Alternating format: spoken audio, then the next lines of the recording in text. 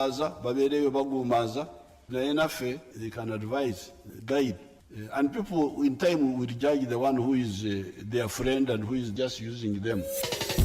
Tune into UBC radios for credible socio-economic programs. UBC, inspiring Uganda. It's hot. We passed it. We didn't know exactly what the problem was on the ground. There is no pretending about the effect of this thing. There's no pretending about it. Nobody should. It's a problem. It's balanced. This is not the stage at which you start planning to tax a commodity like coffee, especially from down there. It's intellectually engaging. The Constitution provides that the land must be registered under the customer tenure system, which is one of those that's recognized by the Constitution. Ground Zero Season 2, live and syndicated on your public and national broadcaster, UBC, inspiring Uganda. Welcome to Ground Zero Season 2, a show that brings you in-depth discussion ranging from politics, health, finance, sports, and so much more. Ground Zero Season 2.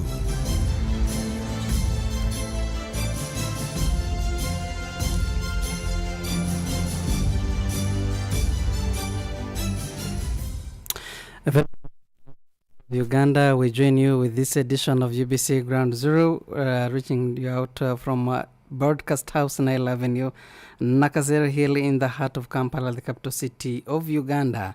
Ampaide Yamanotega is my name, and today we're going to be joining the rest of the world to celebrate the World Standards Day, though not today, but we're talking about a few hours to the D-Day. And we're talking about 14th October 2024, which was led by United Nations as a day dedicated to recognize the importance of standards in our daily lives and across industries, and also in every way that we live. We must live with better standards of goods and services.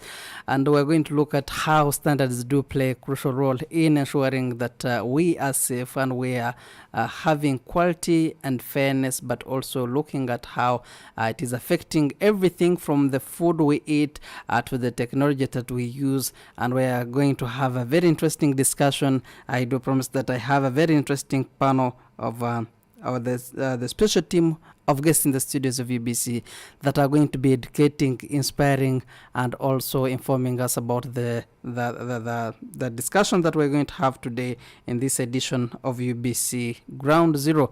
We have an incredible lineup of guests that I'm introducing to you, and you'll be excited about each one of them. And we are having Chirabo Agnes is the Executive Director of Food Rights Alliance, joining us this morning. Welcome, Madam, to this edition of UBC Ground Zero. Good morning, listeners. Interesting. We also do have a big privilege and honor to have Chimera Henry, is the team leader coming from Global Consumer Center, joining us this morning. Welcome, sir. Good morning, listeners. It's a pleasure being here. Interesting. We also do have a privilege and honor to have Jonathan Lubega, who is the policy analyst, agriculture trade, coming from Sitting, Uganda. Yes. Good morning, all to our listeners. It's a pleasure to be here as well. Interesting. We also have a big privilege and honor to have Agnes Odox Baguma, is the acting director, technical service, coming from Nile Development Authority, also joining us on this panel. Good morning, listeners. I'm honored and humbled to be here today. Interesting. We've heard from the team that I have in the studios of UBC, and we're going to be joined by another special guest coming from Uganda National Bureau of Standards, and we're going to be discussing Uganda's trades taken to meet the global market standards. And we are looking at a number of activities. The other day we have said looking for means of how we can get AGOA again. And then we also look at the products that we give to the world market, but how are they, what of the standards? The other day we had Kenya rejecting our milk. I don't know for why reasons, but we have someone from DD and is going to be explaining to us, and we do have some of the products that we do export, especially when it comes to foodstuffs, when it comes to fashion design, when it comes to many other products. But we would love to see, as we do commemorate the World Standards Day, what quality, what kind of products, what are those products, and of what standards do especially when we are trying to tap into the global market, especially in Asia, Europe, and also USA, and even East Africa and Africa at large. So we're going to have to explore into the challenges, but also into opportunities that are surrounding the standards in Uganda and their impact on trade, and also looking at the consumer safety and how we can all be better informed. So stay tuned until from now until we end this program as we dive into this vital topic. So let's start with the conversation, and I'm going to start in the same order perhaps, and the D-Day, especially when we talk about World Standards Day. Thank you so much, Emon, and good morning once again, our listeners. Agnes Kirabo is my name. I'm a food person. I love food, I work food, I think food, I believe in food, and especially food that is adequate to nourish your body, food that is safe, food that is nutritious. Those are the diets that I advocate for, and those are the diets that my organization advocates for. Food Rights Alliance, a civil society coalition organization of individuals and organizations, both local and international organizations, all advocating for the human right to adequate food, the right of everybody to consume safe, healthy, and nutritious diets at all the time. And for us, we know that the biggest barrier to this is around the governance systems, the institutional, the legal, the policy, the practice, the customs, the norms, from household to the greatest level of decision making. When we do create an enabling environment, because the human right to adequate food is not the right to be fed, but rather that right that you have by virtue of you being a human being to only feed on things that are going to nourish your body. And these days we are saying not only nourishing your body, but also nourishing nature. The food must be safe, nutritious, and adequate for you as a human being, but also for nature. And therefore, this definitely brings us at the center of the International Standards Day. Because when we are talking about safety of the food, when we are talking about the nutrition, composition of the food, when we are talking about the healthy of the food, we are speaking about the minimum of the food that you ate. And therefore, for those of you that are out there listening to us, it is time, the 2 hours we are going to spend here at ground zero, we are taking you back to ground zero to reflect on how you feed your children, how you produce the food, how you handle the food, and actually how you eventually eat the food. What did you eat last night, and what are you going to eat today? Back to ground zero. So very much, Agnes, and now I also close to you, Agnes Odox Vaguma, coming from DDA. What do you think about the food we eat, as Jalabo put it real, especially when it comes to dairies, but also for someone listening to us right now, your mandate as DDA, and what does World Standards Day mean to you, especially when it comes to dairy products? Thank you very much, listeners. The World Standards Day is very critical to us as regulators and as the country, especially when you look at the importance of standards being vital in public health protection, facilitating national and cross-border trades, and contributing in income generation, especially for the individual who is producing the food and also the country at large. It is very clear that without standards or something to compare to or a reference, it would not be easy to meet the market requirement. It is therefore important as a country, as regulators, as processors, as producers to support the use of standards. From the dairy industry point of view, as you said, of course, Dairy Development Authority regulates the industry on behalf of the government of Uganda. Dairy Development Authority is an agency within the Ministry of Agriculture, and our duty is to make sure that milk and milk products that is available to our consumer is fit for human consumption. Therefore, what we do is to make sure that whoever is producing milk or milk products adheres to these standards that are already aligned to international standards. In fact, some people say, oh, Didier, you are very tough. We are very tough because the standards we are following is already aligned to international standards. And this is the secret that you find when our products crosses the border and they go to any country, you don't find a problem. The issue of Kenya, I have to make some clarification. Yes, there was some reduction in the importation, but it all rotated around one factory. And it wasn't based on safety or quality, but as we speak now, milk and milk products are going into Kenya, and they have high demand in Kenya. It is only one company which doesn't take to Kenya, but is exporting in the rest of the world.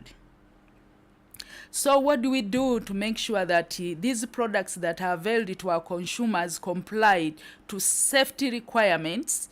We make sure that these facilities are inspected in line with the international standards that happens to be Uganda standards. We test the milk to make sure that they comply. Testing as in offering on-spot testing using mobile laboratories, whereby as you test, you sensitize continuously the people who are around you. Why are you testing? What are you looking for? And what are the results? And therefore, what is the corrective measure for continuous compliance to standards and also continuous growth of our dairy sector? Interesting. Lovita, since still policy analyst, you are here to be part of the panel, but also you're going to help us look into all the policies. You would find that all of them that we have on the panel will be dealing with the policies. Already Chilaba has talked about the policy and the government and the legal and then the politics around the standards. You're going to help on that, especially when it comes to your organization and also the role you play. Thank you so much, Amon. It's a pleasure once again to speak to the Ugandans and other people listening in today. Siatini Uganda is the Southern and Eastern Africa Trade Information and Negotiation Institute, and we do promote pro-development trade, fiscal and investment related policies and practices. And we do promote this through policy research and analysis. We also do advocacy, litigation, that is trying to gear to achieve trade and also investments that we all look up to achieve. And coming back to this discussion today, as you have introduced, we are looking towards celebrating the International World Standard Day, and that is on 15th. And I must quote what the International Standards Organization says, that standards touch almost every part of our daily lives. And we also have a clear constitution that highlights the human rights under Chapter 4. And this constitution has very many issues that look at promoting people's livelihoods and health that are there.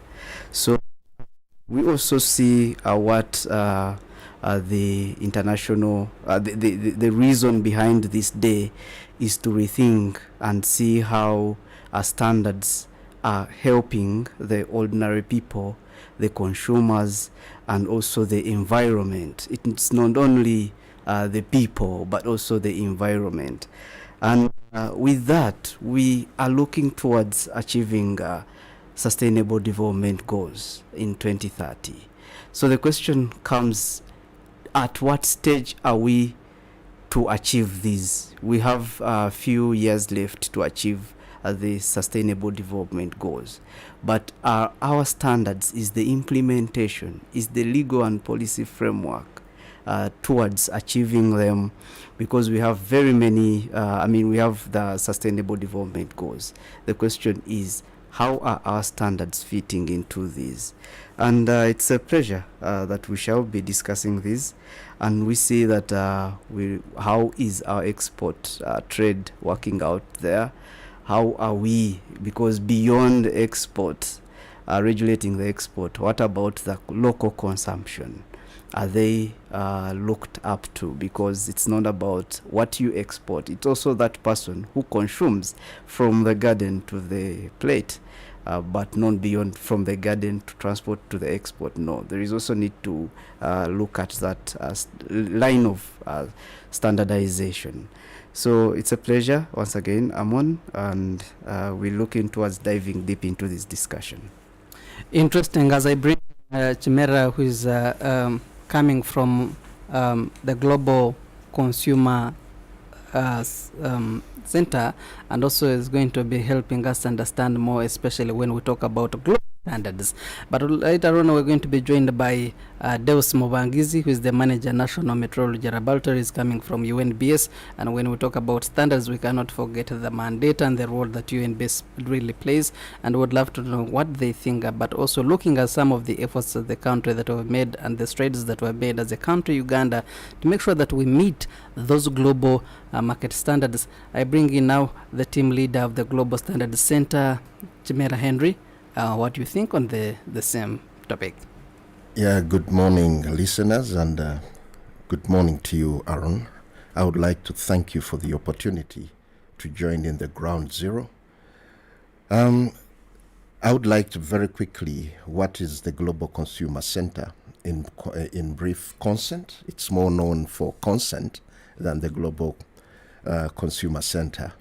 At consent, we look and believe that whatever, whether it's a good or a service, it must be of quality, safe, must be fair and accessible to benefit the consumer, to facilitate better business and develop the national economy, and also develop the country. At consent, we look at issues to do with quality culture, to do with issues to do with consumer protection, and all geared towards better business and sustainably. So in all that we are doing, looking and relating it to the theme of our discussion at the Ground Zero, where Uganda's strides to meet the global the global market standards, I align it well with the global theme for the World Standards Day on 14th October. The global one looks at shared vision for a better world. And as the standards are in there to produce quality, and Uganda's strides to make sure that it meets global standards, I look at it that the better world would be right from the domestic market, going into the regional markets, and then the other global markets. And you look at Uganda is part of the global market. So looking at standards in our discussion and the way I would like to look at it, charity begins at home.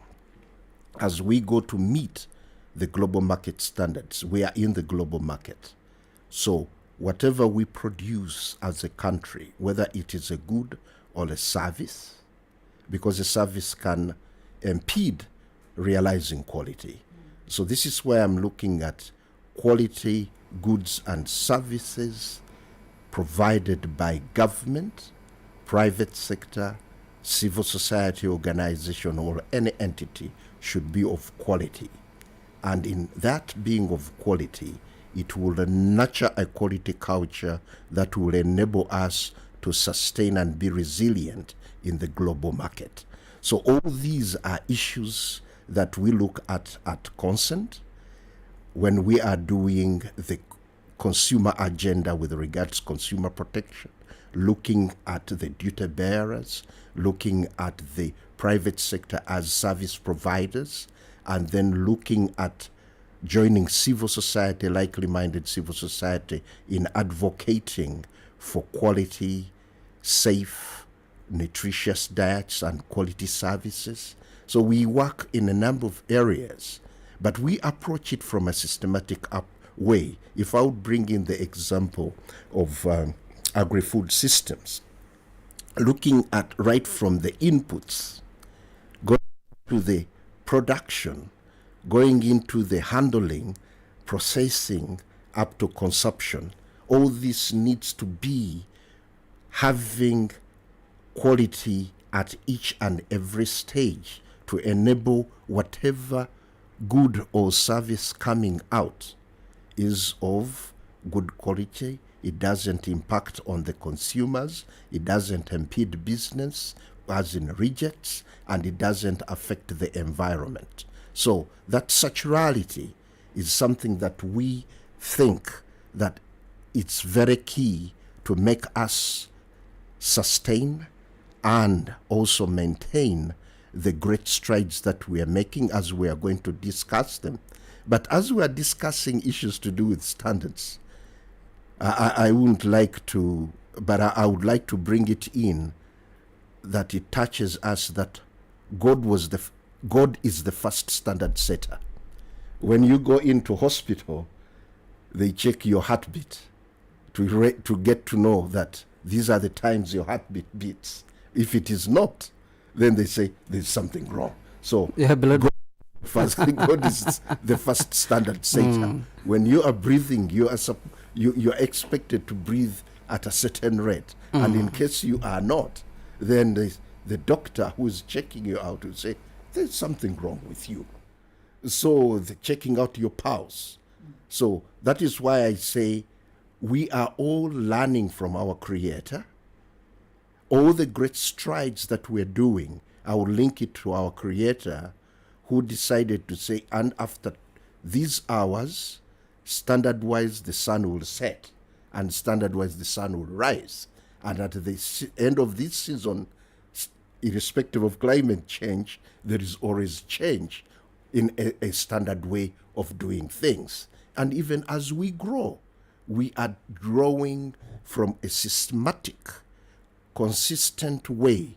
So that's why I would say God is the first standard setter, and we all follow as believers that we need to comply with standards of life, of humanity. So I would like to conclude by saying that Consent being part of the technical committees that develop standards, that being part of awareness about standards, and also proposing changes in standards, we find that the country, we have made great strides irrespective of the challenges. And I would conclude by saying, if you do not follow standards, it is garbage in, garbage out.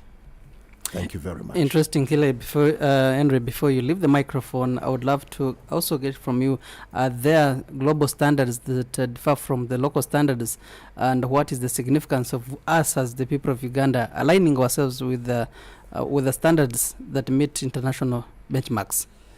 Because you find that what we are producing for the local market perhaps is, and someone gets a deal perhaps in the Arab world, and the next day they will be on the cargo. Yeah, and that takes me to the question, is it possible to produce for the global market and also the local market? Thank you very much, Aaron. And I would go back to what I said. A standard is a standard. It doesn't need to be domestic or international.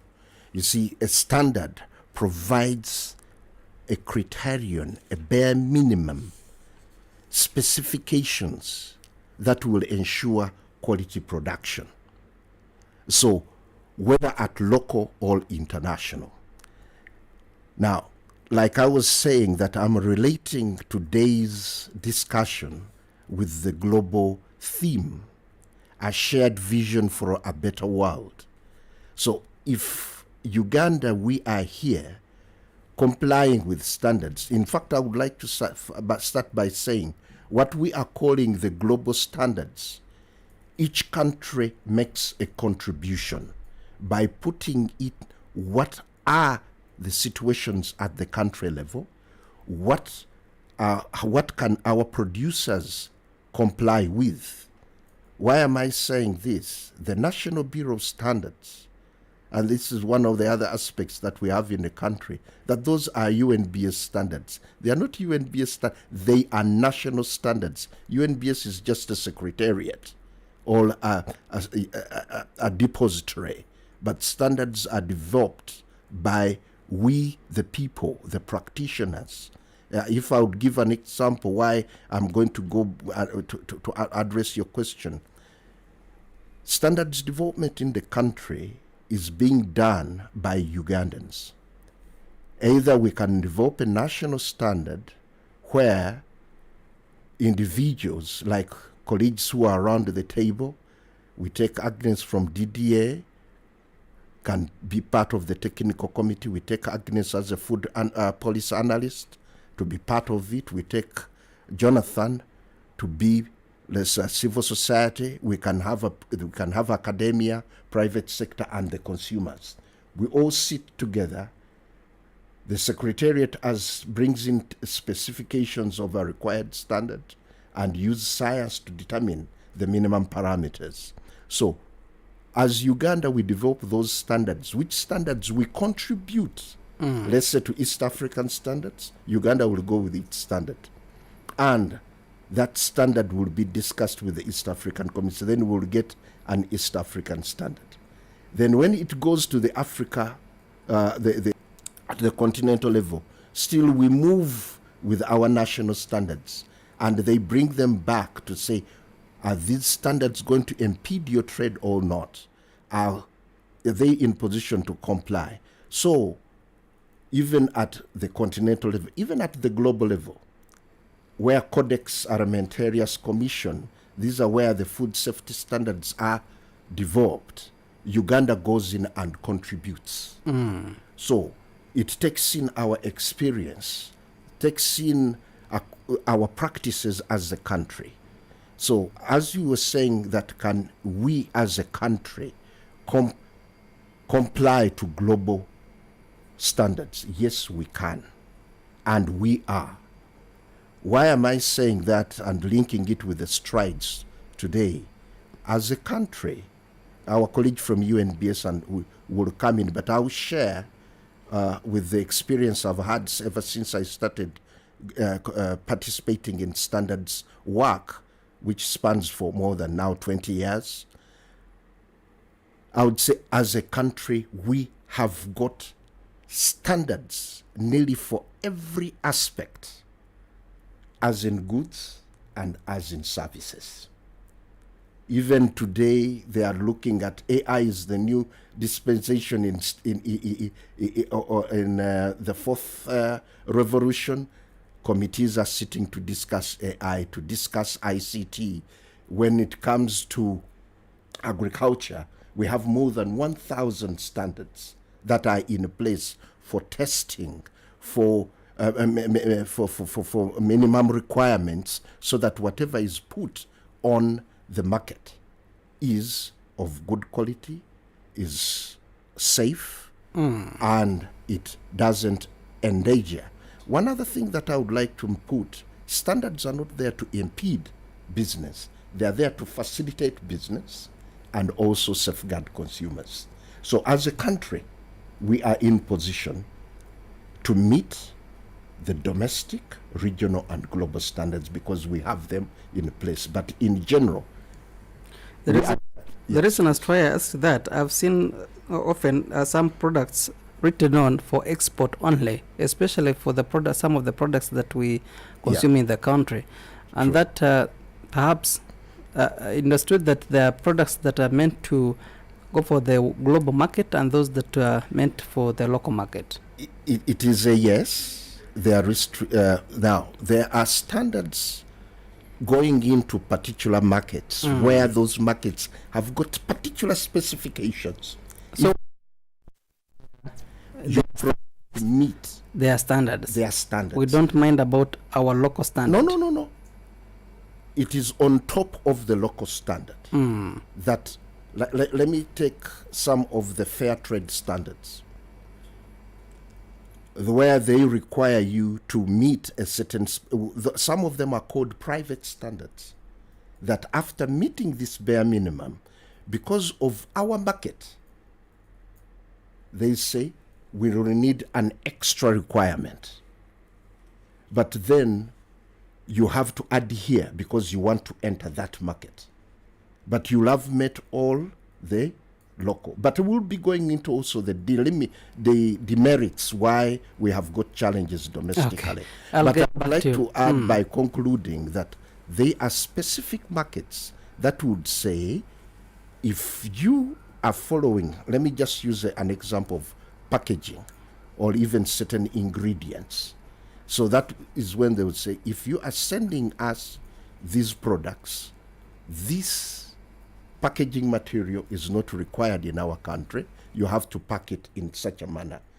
So that means if it is on the market, they might be for export only to meet the requirements of that market where it is being exported.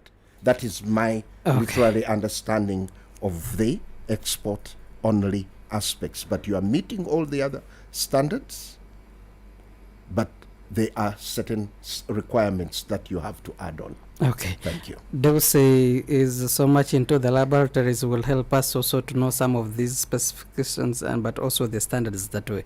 Chirabo, looking at some, you work in a very sensitive industry when it comes to food, and everyone at least they may dodge other things, especially when it comes to other products. But I don't believe that there is a human being who doesn't eat or drink anything. So it is a very sensitive in a way that you deal in products that are perishable. You deal in things that matter on people's lives, and also deal with products that are many, which we must ensure their quality but also quantity. Are there some challenges that you have as someone that has been in industry for a while? Are there some of the big challenges that you have seen in the market, especially global market, and perhaps we Ugandan producers to meet that market, we have to first of all rectify some of those errors, but also Henry put out some example that if you go to the hospital, they will first check your standards, especially the pulses, and that's what I would ask you, that if there are those challenges that you're going to ask, have we really diagnosed those problems and to look forward to meeting the right medicines?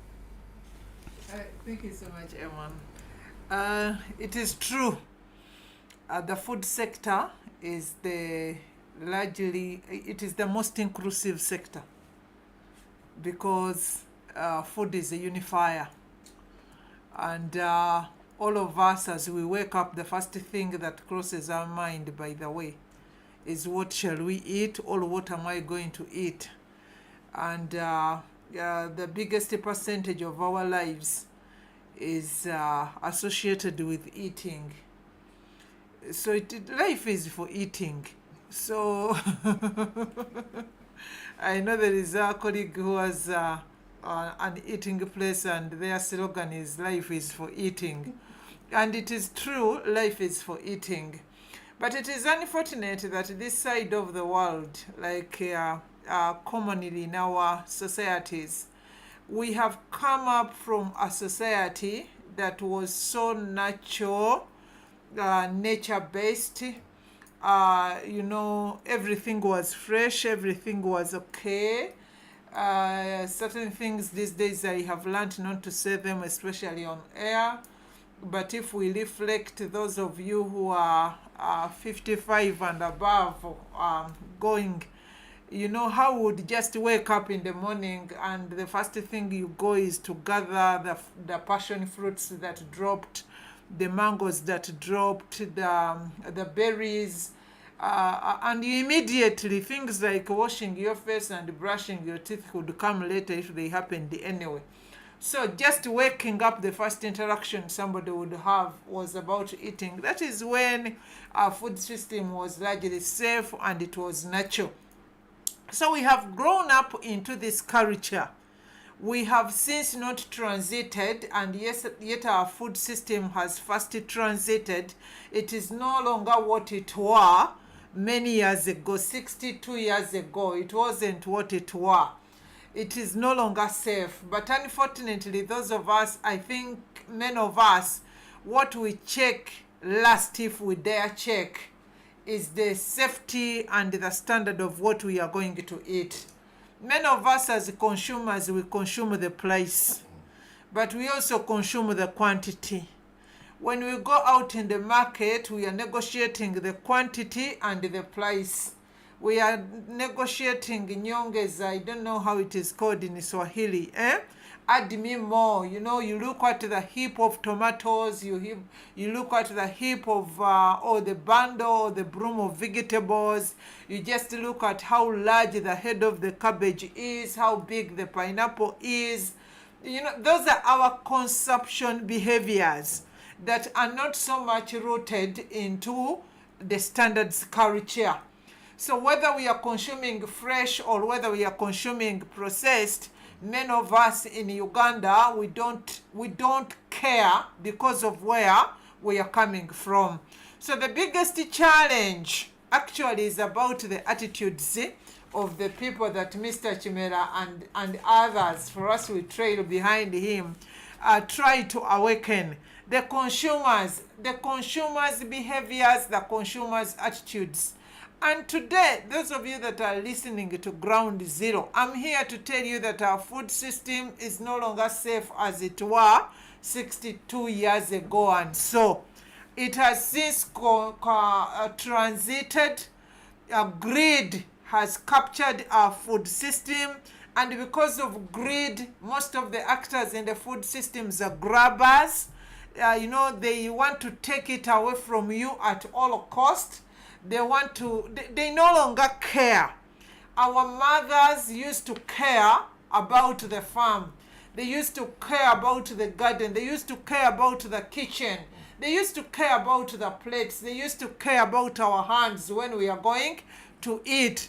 These days, people are no longer caring about what they are giving others to consume.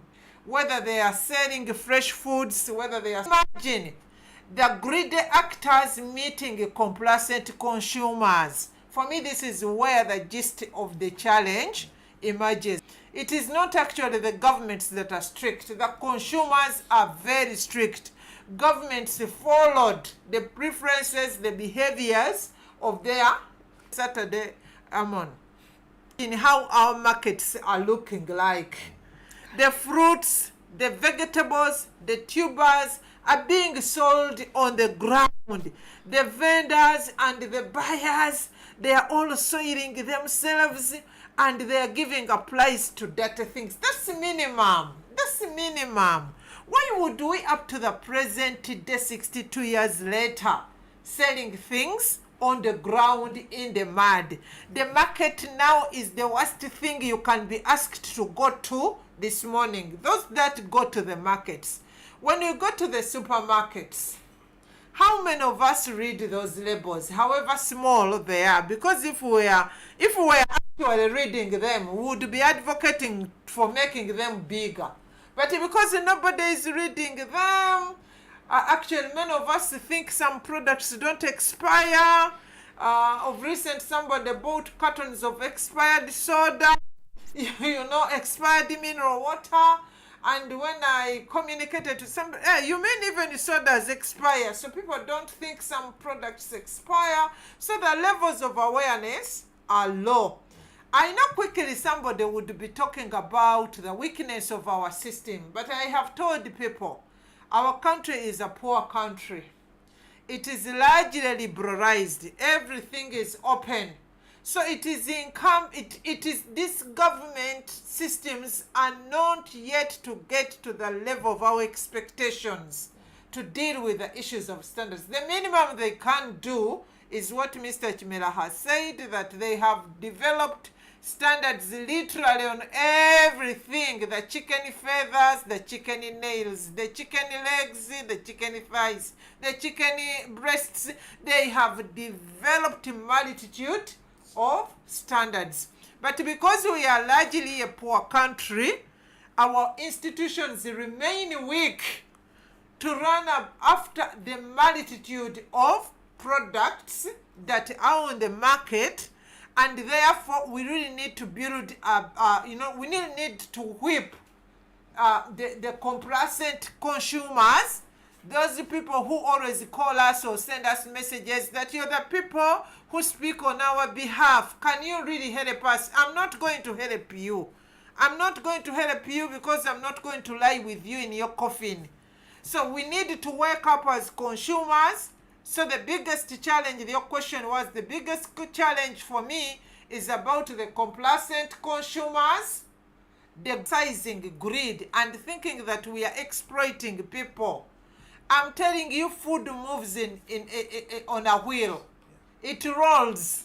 So if you're a farmer there and you're not caring about the maize, because the farmers always say, and even some people say, Mubaleke, leave them, they are growing that for the market. And you're wondering, who is in the market? That food just goes around and it ends up in a school where your child is.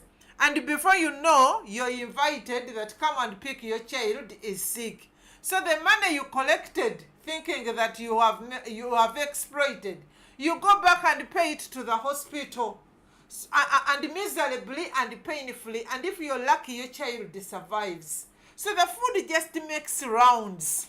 That's number one. Number two is we are capable. We are over-governed, by the way. In every community, there is a leader of some sort. And these things are happening in broad daylight. We know where the fraudulent acts of defrauding food and manipulating food are happening. And there are people employed there. And everybody knows that Chimera behind there is a room where they are adulterating curry powder, or they are adulterating this particular food. And there is an LOC, there is a counselor, there is a woman's league, there is the youth leader, and they are consumers, but everybody thinks, they are not even fearing, they just think that it is going in the market and they do not care. So our food system, one, is a very rich food system. We have so many foods, so many foods, and each of them is susceptible to certain minimum standards based on the production system. So no, so many in terms of variety, diversity. So many in terms of variety and diversity. And that is what I was saying, that therefore that they are all susceptible to certain standards based on the production systems. Some of them are wild. Some of them can only be grown in greenhouses. Some of them must be sprayed until they change their colors. Some of them must be dried first. Some of them must be smoked first. Some of them must be frozen. Some of them, it is just diverse foods. And each of these foods require a minimum standard, and Mr. Chimera has assured us the standards are there, but the compliance is very low and the enforcement is very low, and the consumers are just eating anything the way they want because our culture guaranteed that everything is safe. Then it is no longer safe, as it were. You're putting this also partly to the consumers, but is it possible to have these consumers empowered to demand better standards and also practices, especially from the food producers? It is possible. These consumers demand standards on so many other funny things except food. They demand standards. They demand Except standards on so many other things that even don't matter, and they even actually know that this particular product now has gotten a fake version. For me, the moment a consumer says even this one bachichupudde is an indicator that they are conscious on this particular product and it's what? And it's a standard. But they just do not care about the food. You see, even in medicines, people go to pharmacies and ask, is it Japanese? Is it German? Is it India? You know, that tells you that there is some bit of consciousness. And therefore, I still believe it is our culture, it is our background that thought that the food system would guarantee. Yes, it used to guarantee 62 years ago. It is no longer giving us that guarantee. And I'm here to re-emphasize and reiterate that in countries where we think that their governments are strict on standards, number one, their food diversity is very minimal. Number two, they consume a lot of industrialized foods, processed, and therefore it is very easy to deal with the industry because they are very few. It is easier to enforce because they are very few. Number three, those people have learned what death is and what illness costs, so they fear the consumers. Here we Malaga eat everything, we Malaga buy from everywhere. We do not care, because if consumers were really very serious, they wouldn't be stepping in the mud right as we are speaking now on ground zero in all of these markets around Kampala. I'm not talking about elsewhere. I'm talking about the capital. I'm talking about the face of our country. Go to Nakasero, go to Kalere, go to Kasubi, go to Owino, go to Kibuye, go to Nakawa. Which market have I forgotten? Go to those markets. Pineapples are on the ground. If the consumers were not buying them, those vendors would have changed the environment a long time ago. So for me as consumers, I always say, because you lie alone in your coffin, it is your grave that lies in isolation in a plantation, or your graves of your relatives. Let us wake up. Government will find us there. The institutions will find us there. Let us ask questions on this food. Number one, where the food is being sold. Number two, let us ask beyond the quantity and the price. And for me, when when we are serving food on a buffet and I'm asking which kind of chicken is that, the one behind you is like, you're delaying us, you first go away, you ask your questions later. You know, people just want to eat everything that has been served. Even in many eating places, they don't label the food. So we don't know what is in that soup. So people just say nyanja fish, and you know, everybody, you know, which kind of fish? Okay. Yes. Interesting. Thank you, Chirabo. Agnes, and now I bring Agnes Ondox. Especially, my concern now is from hearing what Henry and Chirabo are telling us, pointing out to good quality products. But my concern is it possible to have good quality products when we are using poor quality machinery and techniques? Some coming from somewhere, and they have saved a little money, and they have set up a very small yogurt plant, perhaps in their home and at their farm, because they do have milk, and the next morning they are going to be producing this yogurt. And before you know, perhaps being at the border, perhaps of Kenya, Tanzania, the next morning you'll have some of the yogurt products coming from Uganda being at the Kenyan market. But remember, they are coming from a background where they have been using low technology, low machinery, poor quality machines, but also looking at their labor that they use. And the next morning they will say, by the way, I have a friend in Dubai, we can have this yogurt taken. Your yogurt is good. We can have this yogurt taken to Dubai.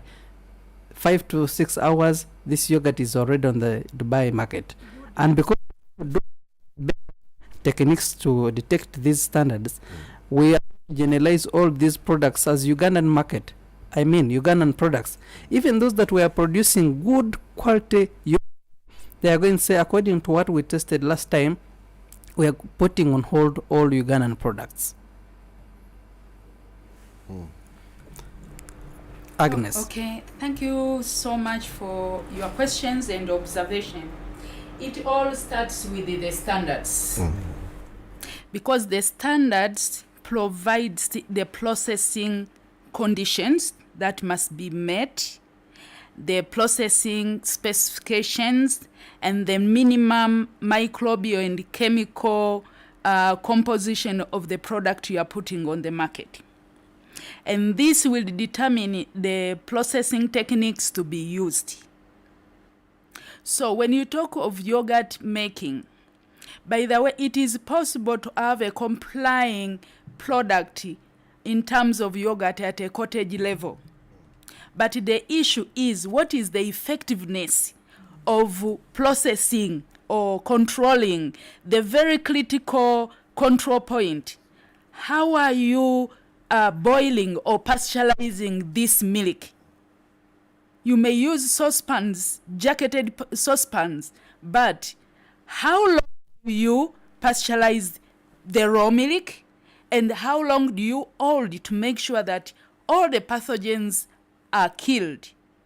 And therefore, how do you ferment, and how do you package?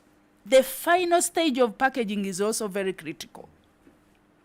Now, since we have the standards that are aligned with the international, the market you were mentioning in your observations, there are regulators, there are standard bodies, there are local government institutions that pass by in that processing facility to check the effectiveness of what is being processed.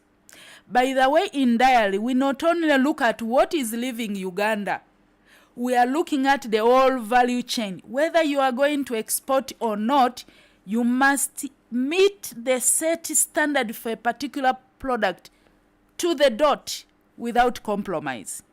I think this is what has cushions dairy export, because whatever you grab and take out, when they test it, they will find that it meets the standards. Yes, these most of the equipments come from outside Uganda. They are not fabricated or manufactured here, but government has a presence at the entry and exit point. Whatever equipment is coming, specifically, let's say dairy equipment, it is already tagged on a scooter. The customs will not clear it, or URA will not clear it, or MAIF from veterinary point of view, or DDA in isolation. They work as a team to make sure before they clear this equipment, all the required minimum standards are met. And this will be followed by people who are specialized in processing, the food scientists, to make sure that the processing is done. The body that sets standards, that takes lead in setting standard, and also the regulator, and even other government institution and the private institution, they have laboratories. Anytime this product can be picked without the producer's knowledge, through market surveillance, you will see people in the supermarket picking and paying for this product, but the idea behind it is not known. They will take in the laboratory, analyze, and raise the flag. So what I can emphasize from what Mr. Kimela and my colleague, Madame Agnes, is let's not get tired. Let's continue with the sensitizing people on clean production and handling of food. Let me give you one example. The soft drink or carbonated drinks could have done its good work by producing carbonated drinks. But these drinks, where they are going to be sold, they are kept outside under the sunshine for more than even 6 months. And I remember the preservative or the chemicals that are in those carbonated drinks that could have been safe. By exposing them to sunshine, they are converted to something else. So that's why I said let's continue sensitizing our people who are handling processed or even fresh produce on how to properly handle these foods without compromising safety. And also mindset change. Let's continuously do market surveillance. This can be both by the standards body, the regulator, the local government, the consumer protection groups, and others, to make sure that what is in the market for our people for export is safe for human consumption. And also let's endeavor to reward compliance. That person who is complying, is he identified and being rewarded or recognized? And lastly but not least, the issue of food safety or quality and safety based on standards is a responsibility of everybody, as my sister said. The producer is supposed to make sure that what you are taking to the market is safe for human consumption. It is sad to find tomatoes on the market sprayed with the pesticides. And it's like it is okay, it must have pesticides for these tomatoes to be bought. Processors, if you are processing, make sure what you offer for people is safe and is of good quality. The regulators, you are paid the taxpayers' money. Make sure you do your work. The consumers also, they have a responsibility. What is it that you are buying? What is it that you are picking? Who stops you from reading what you are picking while in the supermarket? When you are at Kalelwe, I passed Kalelwe in the morning. I saw what she was saying. Very powerful cars are parked there. And the product are in mud. So as a consumer, what do you pick? Because nobody stops you from picking food which is raised. It shouldn't be a table. It can be a timber, chirudu, they call it chirudu, away from the mud.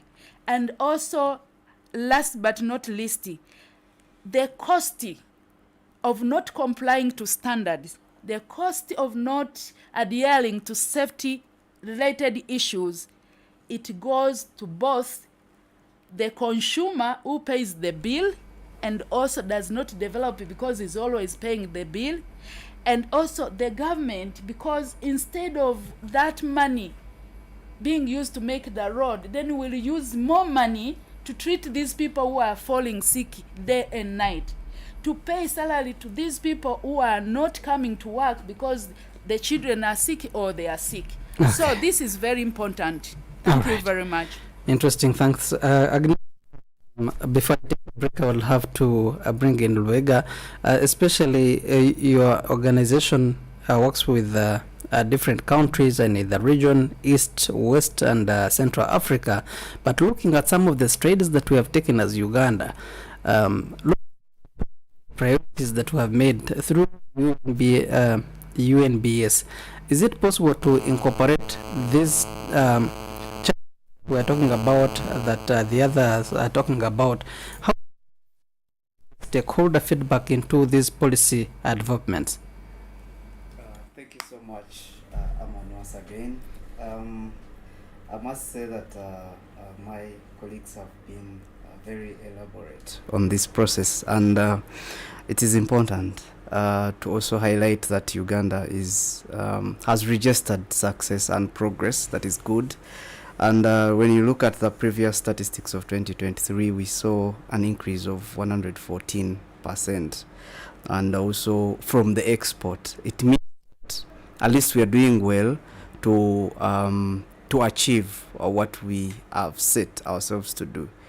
But also alluding to the many elements, people need to also understand and be brought to book to these realities of life.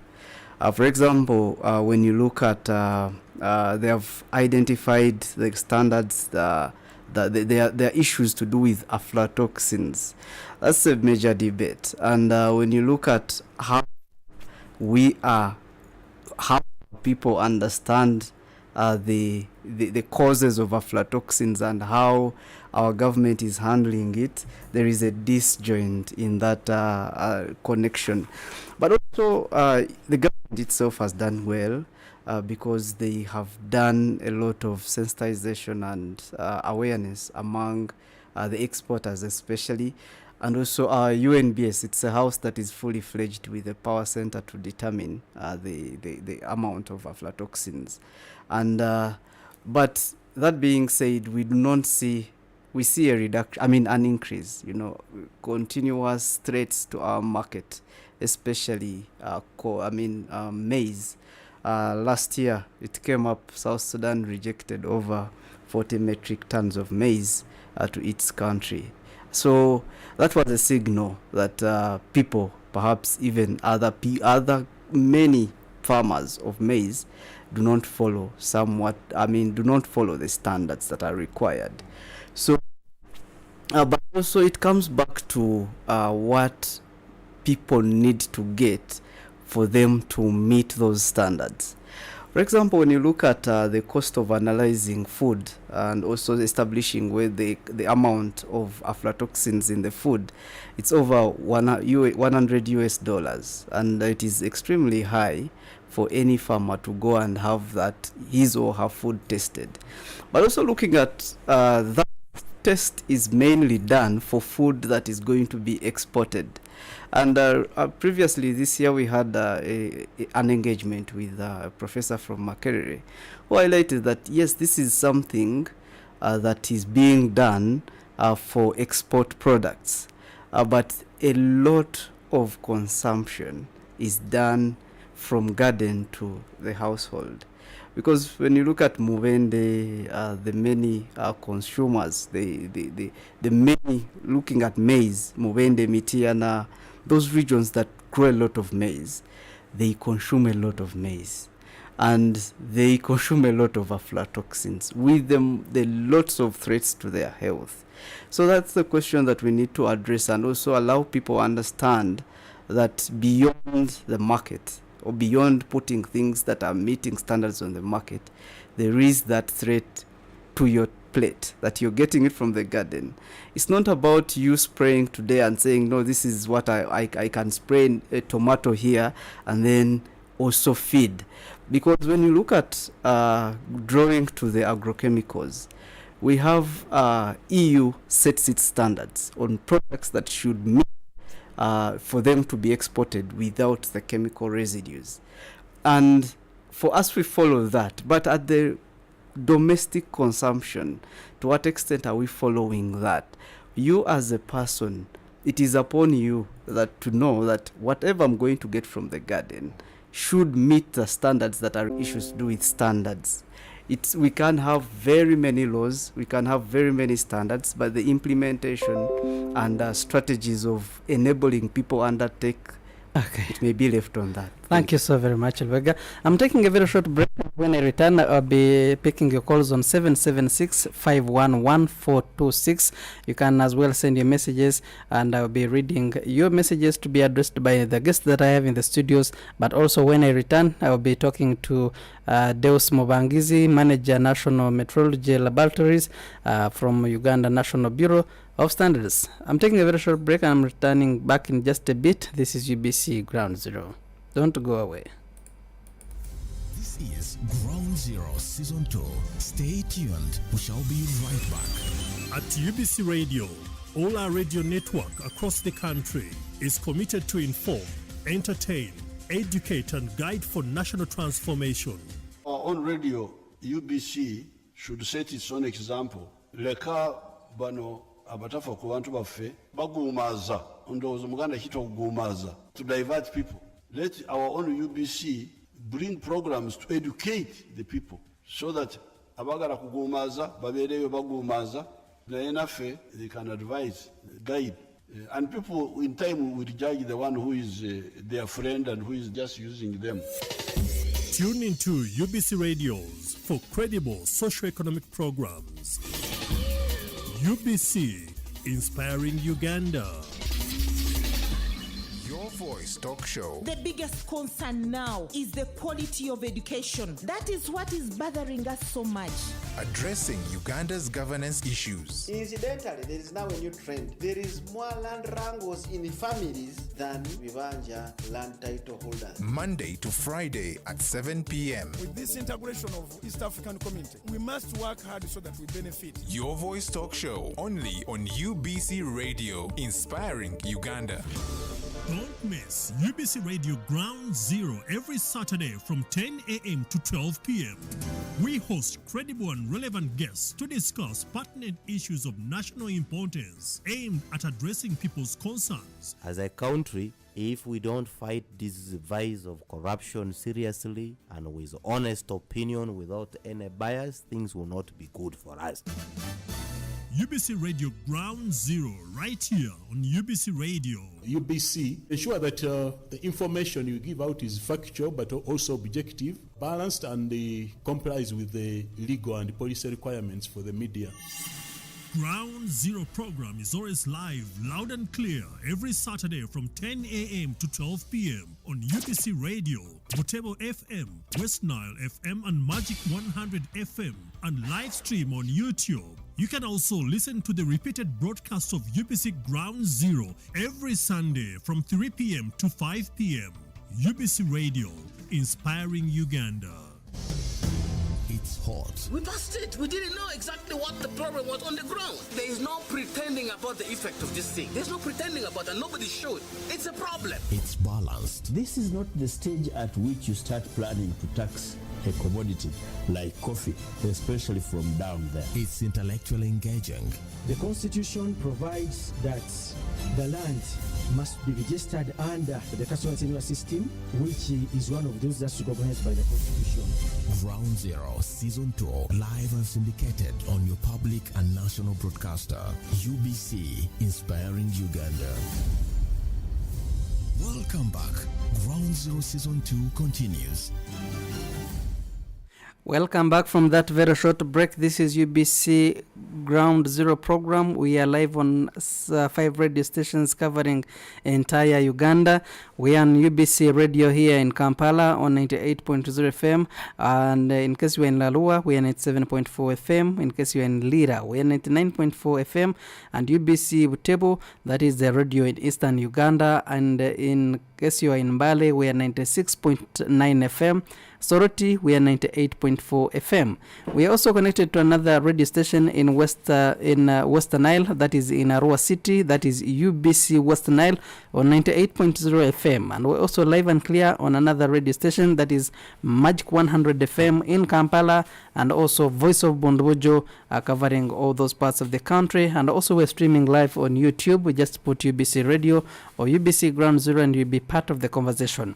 I'm opening my line 0776-511-426. Tell us what you think needs to be done to ensure that we benefit from the global market, but how best can we ensure that we meet their standards? I'm reaching out to David, who is the manager, National Meteorology Laboratories and Uganda National Bureau of Standards, and what he thinks about Uganda's strides taken to meet the global market standards. Deus? Yes, Tebo. You're live on UBC radios, 5 radios tuning in, and also on YouTube. This is UBC Ground Zero.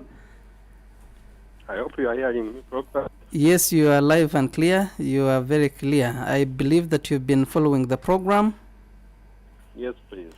Perhaps you would start with the noble role that was entrusted to you by the people of Uganda as NBS, as UNBS, but also updating us about your role and how far you have gone in fulfilling that very noble mandate. Thank you so much, moderator. I'm very glad to join a team of experts to discuss issues regarding World Standards Day. As introduced, my name is Deus Murangizi. I'm currently managing the National Methodology Laboratories. Those are the labs which are responsible for the highest accuracy of measurements in the country, and they facilitate in the implementation of standards. But first, we have been discussing the issues of standards and how they help protect the consumers and also facilitate facilitate trade, market access, regional and international markets, and all. What I wanted to start with was to give just a simple definition of the standard for our listeners to understand, so that we don't sound like we are talking of esoteric language.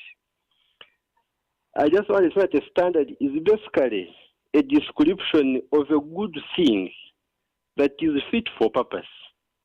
If somebody has been having issues describing what a standard is, that is the simplest way. Description of a good thing that is fit for purpose.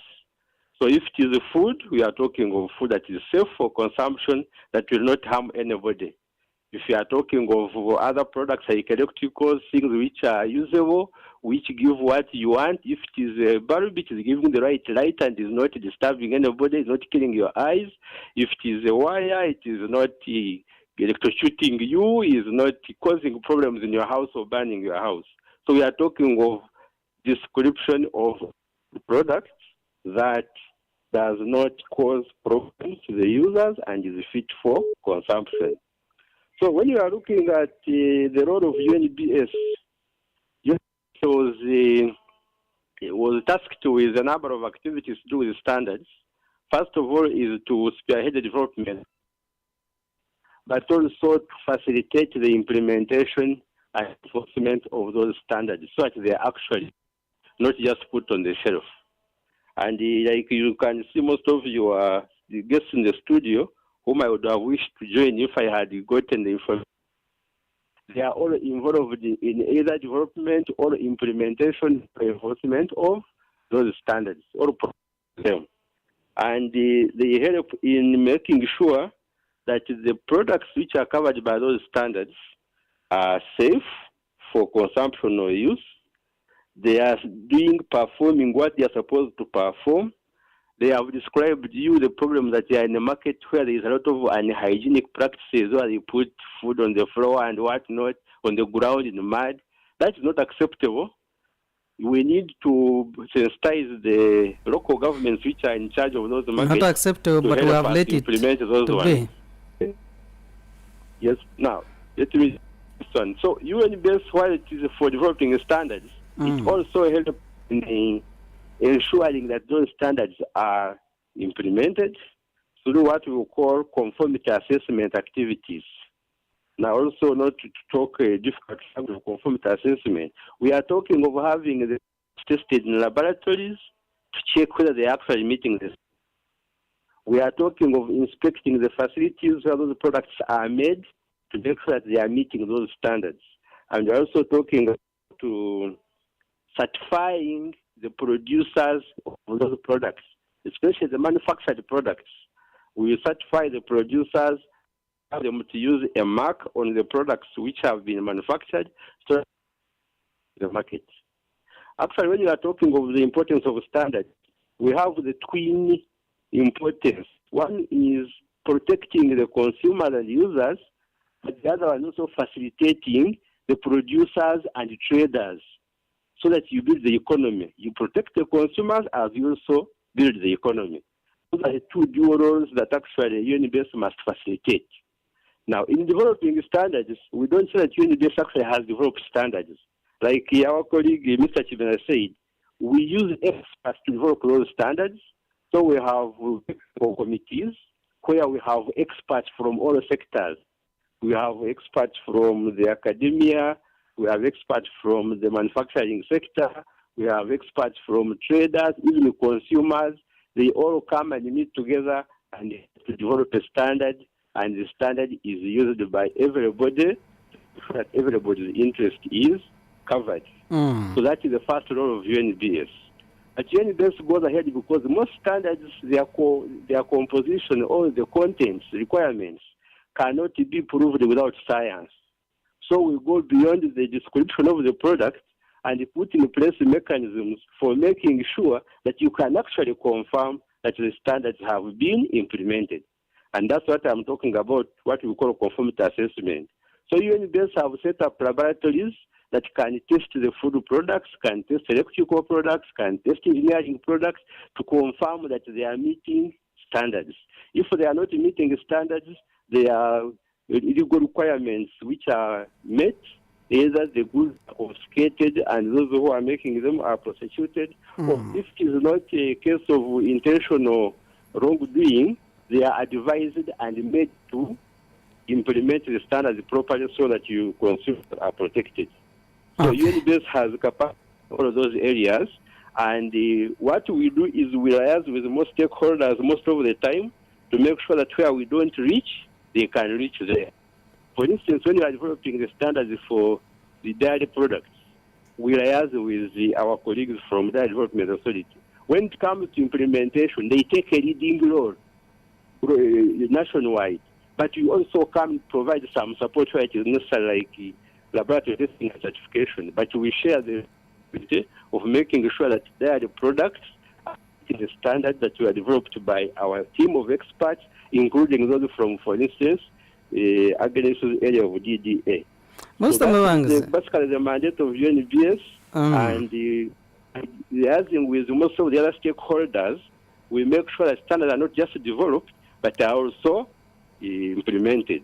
When you go to international level, UNBS is also tasked with making sure that the Ugandan standards are in line with national standards. We don't want to develop Uganda standards, and when you meet Uganda standards and you try to export a product to Europe, they reject it. So we have to make sure that the European standards and Ugandan standards are also equivalent. In that way, something which makes our local market is also automatically meeting the requirements for the foreign market. Is that very possible?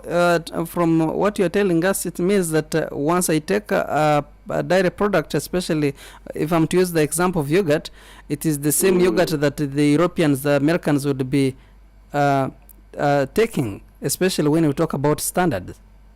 Yes, let me describe to you how it happens. You see the bacteria that can make you sick, we also make Europeans sick. So we don't want them in that yogurt. And the required values in yogurt, which you need you as the Mr. Amon, is the same requirements of value that is required by somebody in America or in Japan. So that's why we must sit together with the Japanese and the Europeans and say, if you are to trade yogurt globally, how should it look like? Now, somebody previously described to you some smaller differences in terms of, say, packaging. Because you cannot take a product from Uganda or yogurt to Japan when it is labeled in Uganda. So the unique requirements of those markets are also communicated to us, and we incorporate it to those who want to do export. In Uganda, you can make a yogurt labeled in English and all Uganda, but that cannot go to Japan or to China. So the unique requirements for labeling and other simple things are communicated separately, dealt with when you are capturing a market for exporting it to. Interesting. Contents, the safety, all must be the same because we are all human beings using the same products. You talked about you ensuring that that we have measurement standards that are accurate and up to date. Is that right? Yes. How come we still have products that have poor quality both on the local market but also on the international market, as if we don't have these laboratories, as if we don't have UNBs? Now, I will explain to you like this. The standards, like somebody told you, are actually there, and the mechanisms for making sure the standards are met are also there. But you see, in your village, everybody knows that stealing is bad. And when a thief is caught, he is punished. But that has not reduced stealing to zero. There are still some wrong-minded elements who do not want to listen to what they are being told to do or to listen to the law. And those are now the black sheep, if I can use the word. So in our day-to-day operations, you find somebody whose mind is just negative. And like if he's making the yogurt, like somebody gave an example, he does not want even the DDA or Unibase to come and see his yogurt. Unless somebody who have seen him doing that yogurt without the interference of Unibase and DDA sees him and reports, that person can keep doing those funny things until he's. But for us, what we have done is to generate information sharing system whereby, first of all, we try to encourage anybody who is making anything, value addition or anything for the market, to come to us for free advice. We advise you on what to do, on the standards required, on what to avoid and what to include. It's only when it comes to laboratory testing that now you must pay something, because the laboratories have costs, they have labor, they have chemicals that are used, so you have to pay something to have your products tested. Even when you are having certification, there is some fee you have to pay.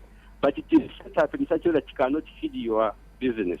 I was going to mention that some people don't come through to NBS because of sometimes the costs that are attached, and that perhaps instead of attracting them to come through, you are actually making them fear to come through to that side. Now, I will tell you that to be satisfied, but also their products to be measured. Although that's not the case, but I'll tell you what the challenge is. Actually, those who have come and have their products tested and certified, they have never regulated. They just see their market increasing because people trust their product when they see the Unibase certification mark. However, I will say this before. Recent Unibase have got a challenge of budgeting. Government has reduced their budget, and so the action of helping the producers and the market traders to make sure standards are met, the action is being hampered. The incapacity of Unibase to cover the areas like the whole country. You will find that forgetting like 4 years ago, which was making them cover the whole country. So because of that, you find at the moment as I speak, there is some delay in giving the services to those who want it because of underfunding. But we are trying to negotiate with the government to make sure that underfunding gap is covered, so that we help anybody who wants to start any small-scale business, any advanced or trade, to help you with information so that you meet the market requirements. That way, you who is processing, the farmer who is supplying you with the raw materials like milk or other products, the younger men and women you are employing are also benefiting. Government is getting taxes from your business. All of that. You want to make sure that standards don't only protect us from harm, but also promote our economy. Is it true? And is it true that overwhelmed by the industries? We have enough manpower, we have enough facilities, but underfunding of those activities is what the problem is. Because you have to go to a particular manufacturer to advise them on how to improve physically. You don't have to be on phone or on WhatsApp. You go there, see what they are making, and identify the possible causes of problems, help them to solve those problems, tell them change this, change that, add this one, and by the time you come back, they are now meeting standards. You give them the quality mark and they access the market. Now, our speed of doing that has reduced because the capacity facilitation to move to those industries has been hampered by underfunding. Okay. Otherwise, the other capacity will be there, but if the funding is improved, all of that will be done. Time is not on my side. Just this one, at international level, once you have a product going to access international market, you need to have you represented in the meeting that are discussing that. Luckily, recently, we have these, so we are lucky that almost half of those meetings can be accessed on Zoom. But the most critical ones, you must go there physically. Why not your physical? Position and negotiate. Okay. Pardon? I was wondering why you don't have physical engagement than online. That, you actually lose that market. Okay. They will put conditions that are so tough if you don't go to those meetings. You put conditions that you cannot meet, and you need to actually make sure that your people understand those and you meet them. If you are not there, you lose the market. So we are also urging government to make sure that that portion where Uganda must participate at international level physically, government funds it so that we don't lose out and our current exports are also hampered. Interesting. Time is not on my side, but one question that I cannot forget to ask you is that who gives those stickers, UNDP stickers? Even you'd find that someone who is producing those, I call them local drinks or whatever they are producing, you'd find that have access to the UNDP sticker even when they have not come to you. And one would think that perhaps you send people in the field and to give out the stickers, or people do have the capacity to make these stickers by themselves. No, I think somebody is giving misinformation. They are not stickers, actually. We make it part of the label. When you get certified, we make it part of the label. You put the mark on your product, which is a Q with a tick. That's a universal market, is our copyright. We give it you to put it, and you come and inspect. And also, you have remembered, if you can remember what our colleague Agnes told you, even if we have not come to your site, we can go to the market and pick your product in your absence and check. That is the problem with it. It means what we agreed, you are not conforming to what we agreed with you, and you can take some measures which are legal to make sure that you don't harm the consumers, and also you don't misuse our certification mark. So it's not true that anybody can come and put our mark and go on that is certified. No, we have mechanisms of making sure that we can follow up and even use some of the consumers who tell us that we have seen something we are not sure about. Okay. And then we come and check and confirm that it's okay or not okay and take the necessary action. Okay. Already Agnes Chilabo had reported some of the poor products, especially in some drinks, especially soda. I hope you will take action there and then. But also, I would request that you give your parting shots, especially when it comes to Global World Standards Day. In seconds, just. Thank you so much for that. Actually, I'm happy that you had this program because it is showing that we are already participating in the World Standards Day as a country with your listeners who some of them are not experts in standards, but they are already participating because the information they get from this program helps them to go to know about standards. And with our, you see the theme of the World Standards Day will be shared vision for a better world.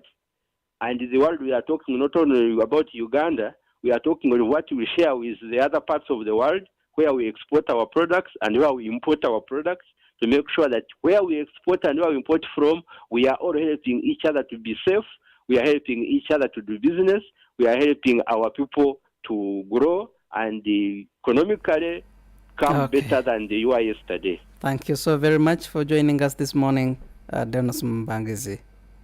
Thank you so much, moderator. All right. Reaching to us from the other side of radio is Deus Mbangizi, is the manager, National Meteorology Laboratories, the people who are in charge of making sure that they take the real measurements of that of standard of all the products that we make in this country, both for the local and international market. Time is not really on my side. For the few minutes that I'm remaining with, we're going to have that marathon.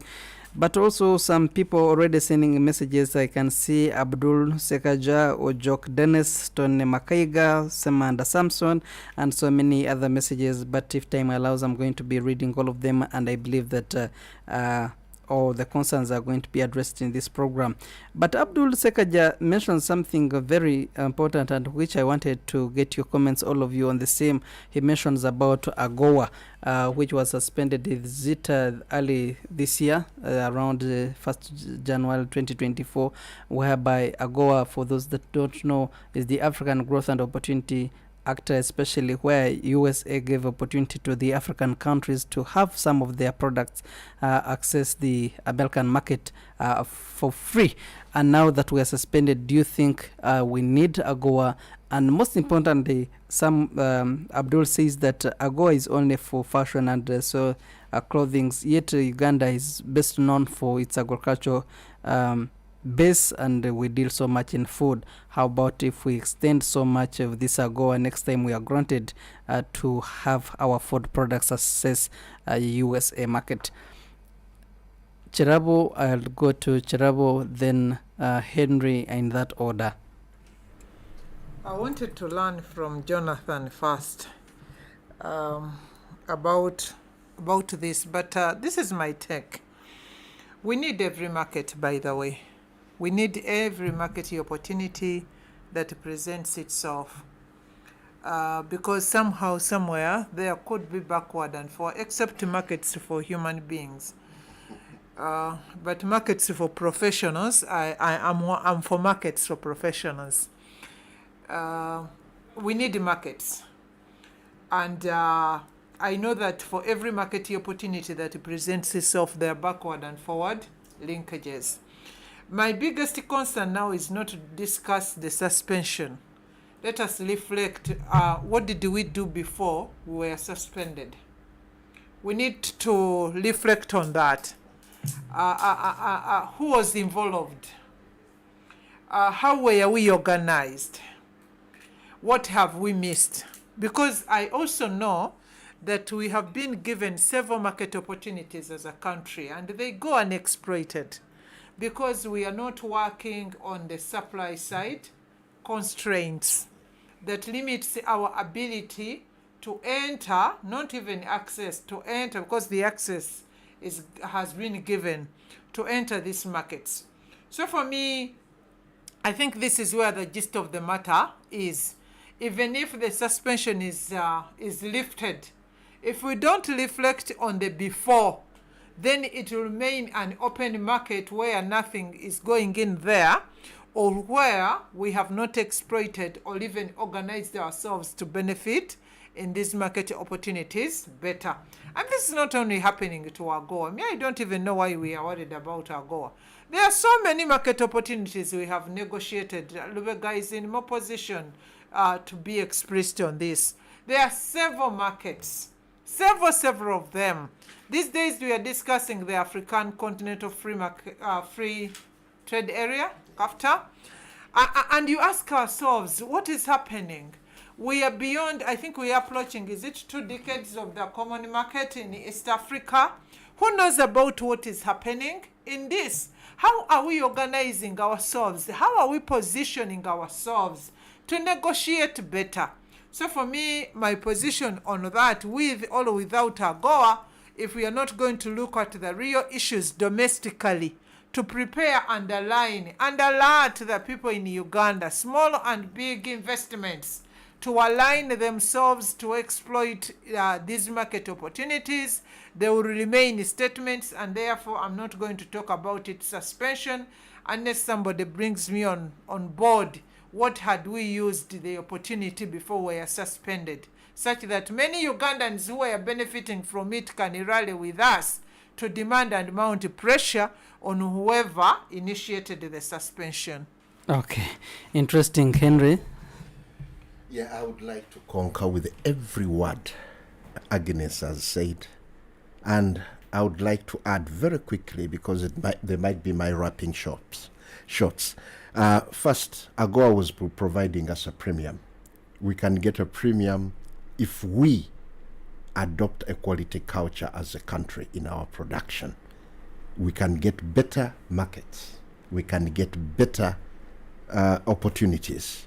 So, quality culture, using quality infrastructure is very key. I would like to say words I've said for years and years.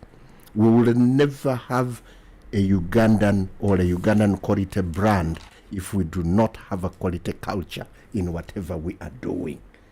To get to know that I'm doing cottage industry, I have to have quality infrastructure to process every step to produce a quality produce. So that said, if AGOA or any other market or any other to produce premium, we must have coherent policy approaches. we must have coordination in all this. If we are looking from a food systems approach, one failure in one sector will lead to multiple failures. Like they would say, multiple organ failures. If we are putting poor quality inputs, we will get junk. So we need to have coordination. We need to implement inspection at every stage. We need to have surveillance. We need to have testing. All colleagues have raised that technically. We need to learn to recall something bad. With us, anything bad, we leave it on the market. We need to take it off the market. I would like to conclude by saying that we need awareness, communicating issues that are affecting us.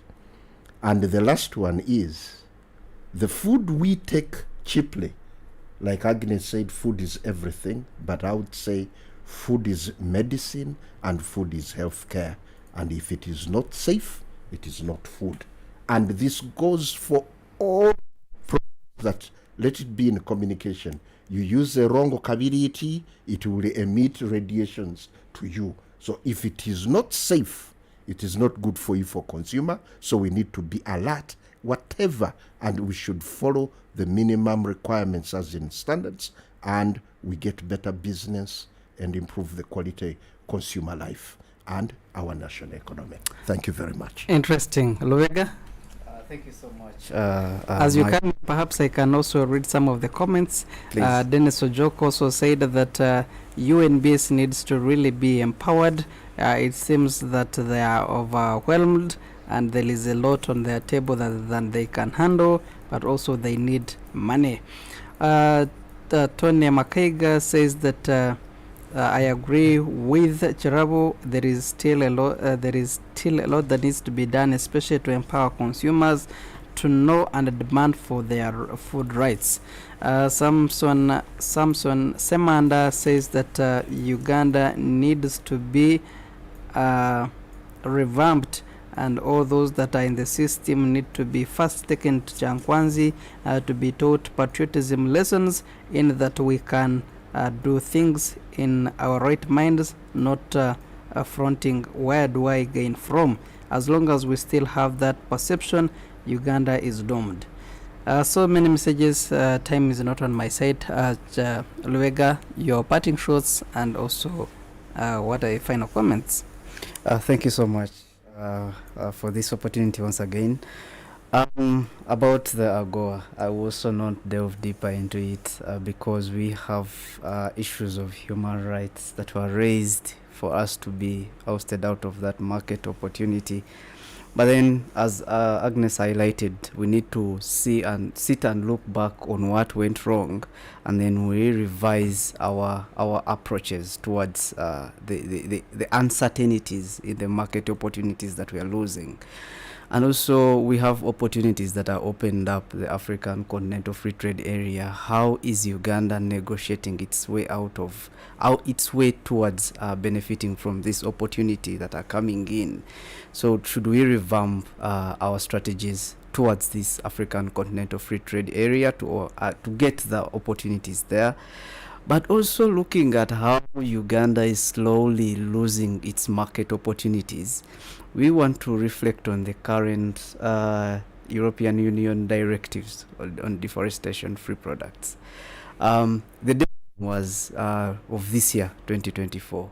And saying there are 7 products that includes coffee and cocoa, which have to meet the standards that they have set out in that law. But then we had an opportunity of it being pushed to 2025. That's an opportunity for us to revise ourselves and see what haven't we done properly, because the budget itself that was allocated to UCDA was very little to meet the deadline. So we were prone to failing, to lose. I mean, we are prone to losing a very lucrative market for our coffee. So these are things we need to revise and go back to as a country. And also, we need to readjust our strategies as well and copy from other countries and what they are doing. For example, when you look at Kenya has to go into the product-specific agreements. Kenya has an agreement with South Korea on avocado. So they go back, they play backwards to see the standards of avocado meeting the requirements. So if we get specific agreements with specific countries that we want to export to, it is something that we need as a country to explore and see our areas out of that. Okay. And lastly, we need to work so closely in empowering our farmers, because in Uganda, farmers are seen as the most poor and vulnerable, which is not the case with other countries like South Africa. So we need to see value addition strategies taken, enabling those farmers and how the standards can be met, UNBS facilitated, and all that has been discussed. Thank you. Odox. Okay. Apart from the AGOA market, which they have explained properly, I also want to bring to your attention the upcoming very big market, the Algerian market. What am I saying? A market can be there, but you have to understand what they need and you have to prepare accordingly. This Algerian market for dairy is very big. It's worth 500 million US dollars, thanks to our President of the Republic of Uganda, who negotiated for this market. But it requires to prepare. Those people, they speak Arabic or the French, then the packaging materials, they have to be changed accordingly. You have to know additional private standards in addition to international standards, so that when you enter in that market, you don't easily lose it. So it's very important that we prepare as producers, as a country, as technical people. Whenever we come across a market, what is it that they want? How can we meet it? And how can we maintain it? Thank you. Interesting. I realized that Agnes Cherabo, you didn't give us your parting shots. Perhaps you can give us your comments. Thank you so much. Next week is a busy week. We are waking up to the Global Standards Day on Monday. And on Tuesday, it is International Rural Women's Day, of which many of us are daughters and grandchildren of these women that feed the world. And of course, on Wednesday, October 16th, is it's World Food Day, where we are going to celebrate the day under the theme, The Right to Food, for a better lives and better future.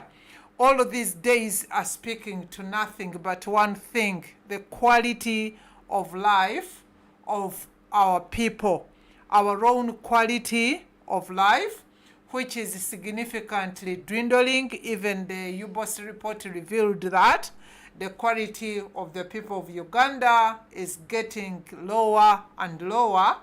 And I'm surprised that actually we are living longer, but our quality is deteriorating fast. And therefore, listeners out there, it is incumbent on all of us to be champions and ambassadors of quality. Let us eat beyond quantity and the price, and be very conscious about the quality, because what you eat defines who you are. And if it is not safe, I repeat, it is not food. Good afternoon, and have a great weekend. Interesting. Brings us to the end of our discussion on UBC Ground Zero. As we wrap up today's discussion on World Standards Day, it is very clear that from this program we have learned that standards indeed play that vital role in shaping not only the safety and the quality products of Uganda, but also economic growth and consumer protection. It is very important to mind what you're going to eat, not just a heap, but also need to find out of what quality. We have heard from the esteemed guests who have shared a number of challenges, but also the opportunities within their sectors, and how we are producers and consumers can adhere to both national and international standards, driving into innovation, but also to be able to enhance trade especially when it comes to East Africa, Africa, and also the global market. It is very important that we had a very interesting team today. We want to thank you, Jonathan Luvega, for coming through, and is a policy analyst, agriculture trade, sitting Uganda. We also had the privilege and honor to have Agnes Ondux Baguma, who is the acting director, technical services, coming from Direct Development Authority. It was also important to have Chimera Henry, team leader, Global Consumer Center, and a privilege and honor to have Chirabo Agnes, the executive director, Food Rights Alliance. And we also had the opportunity to have Vanjizi, manager, National Meteorology Laboratories, coming from Uganda National Bureau of Standards. We've been discussing Uganda's trade is taken to meet the global market standards. The repeat of this program is always on Sunday from 3 p.m. to 5 p.m. on UBC Radio 98.0, and also Voice of Bondbojo on Monday, same time. I want to thank you, our dear listener, who has been part of us from the other side of radio, and those who participated in this program, but most importantly, to the guests that made it a point to come through to educate, inspire, and also inform us about this important topic. For good and my country, I'm Pere Amon of Tega. Allow me now to sign out. That was Ground Zero Season 2, a production of Uganda Broadcasting Corporation, UBC, inspiring Uganda. At UBC Radio, all our radio network across the country is committed to inform, entertain, educate, and guide for national transformation. Our own radio, UBC, should set its own example. Leka bano abatafa ku bantu baffe bagumaza ndowooza Muganda kitwa kugumaza, to divert people. Let our own UBC bring programs to educate the people so that abagala kugumaza babeereyo bagumaza, naye naffe they can advise, guide. And people in time will judge the one who is their friend and who is just using them. Tune into UBC Radios for credible socio-economic programs. UBC, inspiring Uganda. It's hot. We passed it. We didn't know exactly what the problem was on the ground. There is no pretending about the effect of this thing. There's no pretending about it. Nobody should. It's a problem. It's balanced. This is not the stage at which you start planning to tax a commodity like coffee, especially from down there. It's intellectually engaging. The Constitution provides that the land must be registered under the custodial system, which is one of those that's recognized by the Constitution. Ground Zero Season 2, live and syndicated on your public and national broadcaster, UBC, inspiring Uganda. Your Voice talk show. The biggest concern now is the quality of education. That is what is bothering us so much. Addressing Uganda's governance issues. Incidentally, there is now a new trend. There is more land wrangles in families than Vivanja land title holders. Monday to Friday at 7 p.m. With this integration of East African community, we must work hard so that we benefit. Your Voice talk show only on UBC Radio, inspiring Uganda. This is UBC Radio. Tune in for news. At UBC Radio, we bring you Uganda's latest news and information.